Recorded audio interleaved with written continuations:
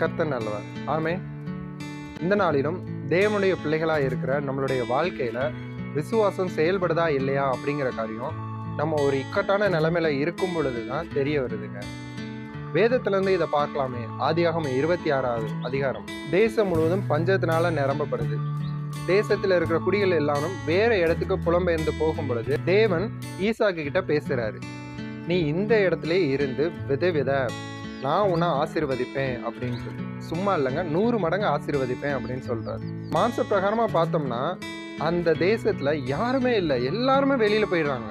சூழ்நிலையை பார்த்தார் அப்படின்னா இவரும் தேவனுடைய வார்த்தையை புறக்கணிச்சுட்டு போக தான் செய்யணும். இங்கதான் ஈசாக்கோட விசுவாசம் செயல்பட ஆரம்பிக்குது. நெருக்கமான சூழ்நிலை, சாத்தியமே இல்லாத சூழ்நிலை, தேவன் மேல முழுவதுமா நம்பிக்கை வைத்து காரியத்தை நடப்பிக்கிறார். நம்மளுடைய விசுவாசம் எங்க ஆரம்பிக்கும் அப்படின்னா தேவனுடைய வார்த்தையை ஏற்றுக்கொண்டு அதை செயல்படுத்தும் போது தாங்க ஆரம்பிக்கும். இங்க ஈசாக்கு அதை தான் செய்தாரு. முடிவில் என்ன ஆச்சு? தேவன் கட்டளிட்டபடியே 100 மடங்கு விளைச்சலை ஈசாக்கு பெற்றுக்கொண்டார்ல. வேதத்துல இருக்க நிறைய சம்பவங்கள் நமக்கு சாட்சிகளா இருக்கிறது, நம்மளுடைய விசுவாசத்தை தூண்டுகிறதா இருக்கிறது. நம்மளுடைய வாழ்க்கையிலும் இப்படிப்பட்ட நெருக்கமான சூழ்நிலை வந்திருக்கும்ல, அதற்கு ஏற்றாற் போல வேதத்துல நிறைய வாக்குத்தத்தங்கள் இருக்கு. அந்த வாக்குத்தத்தங்களை விசுவாசித்து அதை நீங்க செயல்படுத்தும் பொழுது அந்த நெருக்கத்திலிருந்து உங்களை கர்த்தர் விசாலத்திற்கு கொண்டு போய் வைக்கிறவராய் இருக்கிறார்.